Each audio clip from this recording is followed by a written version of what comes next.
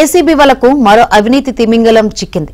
యాదగిరిగుట్ట లక్ష్మీ నరసింహస్వామి ఆలయంలో విద్యుత్ శాఖలో ఈఈగా పనిచేస్తున్న రామారావు లంచం తీసుకుంటుండగా రెడ్ హ్యాండెడ్ గా దొరికిపోయారు. ఈ రామారావు నివాసం, అతని బంధువుల నివాసాల్లోనూ ఏసీబీ అధికారులు సోదాలు చేశారు.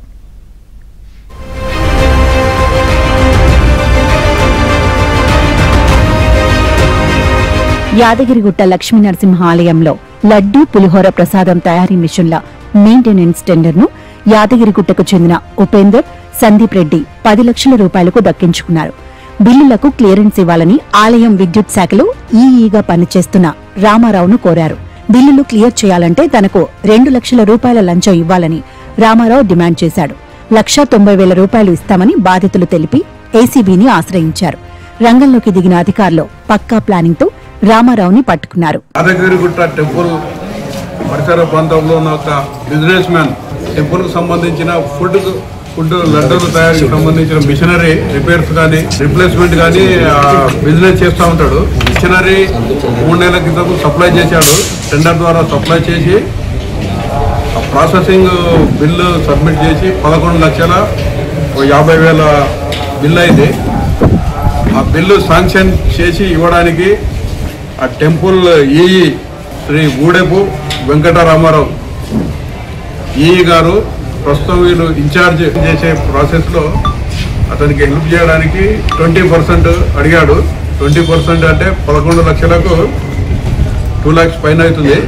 అయితే నేను అంతా ఇచ్చుకోలేను అని చెప్పిన తర్వాత వాళ్ళిద్దరి మధ్య అండర్స్టాండింగ్లో 1,90,000 ఇస్తానని ఒప్పుకున్నాడు. ఈ గారికి డబ్బులు లంచం ఇవ్వడం ఇష్టం లేక ఏసీబీ నల్గొండ రేంజ్ ఆఫీస్కి వచ్చి కంప్లైంట్ మాకు ఇచ్చాడు. ఈ రామారావు గారి గతంలో చేసిన ఆరోపణలు, తర్వాత రెప్యుటేషన్, యాంటీసెంట్స్ అన్ని చెక్ చేసిన తర్వాత ఆ రెప్యుటేషన్ సరిగా బాగా లేదని తెలిసింది మా ఎంక్వైరీలో. యాదగిరిగుట్ట ఆలయంలో రామారావు సమక్షంలోని ఏసీబీ అధికారులు సోదాలు నిర్వహించారు. కీలక డాక్యుమెంట్స్ స్వాధీనం చేసుకున్నారు. గతంలో అవినీతి ఆరోపణలు రావడంతో రామారావుపై సస్పెన్షన్ వేటు పడింది. ఆ తర్వాత కొన్నాళ్లకు తిరిగి తన పోస్టులో జాయిన్ అయ్యాడు. సస్పెన్షన్ కి ముందు, తర్వాత రామారావు చేసిన సంతకాల ఫైళ్లను ఏసీబీ అధికారులు పరిశీలించారు.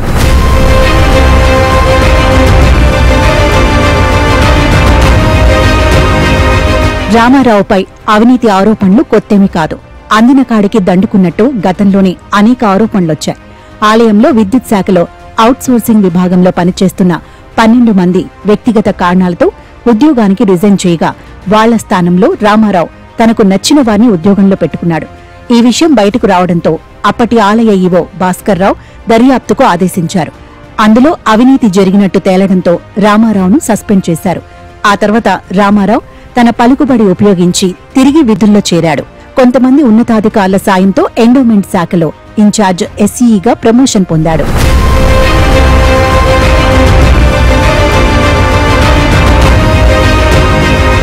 వచ్చే ఏడాది ములుగు జిల్లా మేడారంలో జరగనున్న సమ్మక్క సారక్క జాతర పనులు ఇప్పటికే ప్రారంభమయ్యాయి. జాతర ఏర్పాట్ల నేపథ్యంలో దేవాదాయ శాఖలో ఖాళీగా ఉన్న ఎస్ఈ పోస్టుకు 2 రోజుల క్రితమే రామారావును ఉన్నతాధికారులు ఇన్ఛార్జిగా నియమించారు. అంతలోనే రామారావు ఏసీబీ అధికారుల చేతికి చిక్కాడు.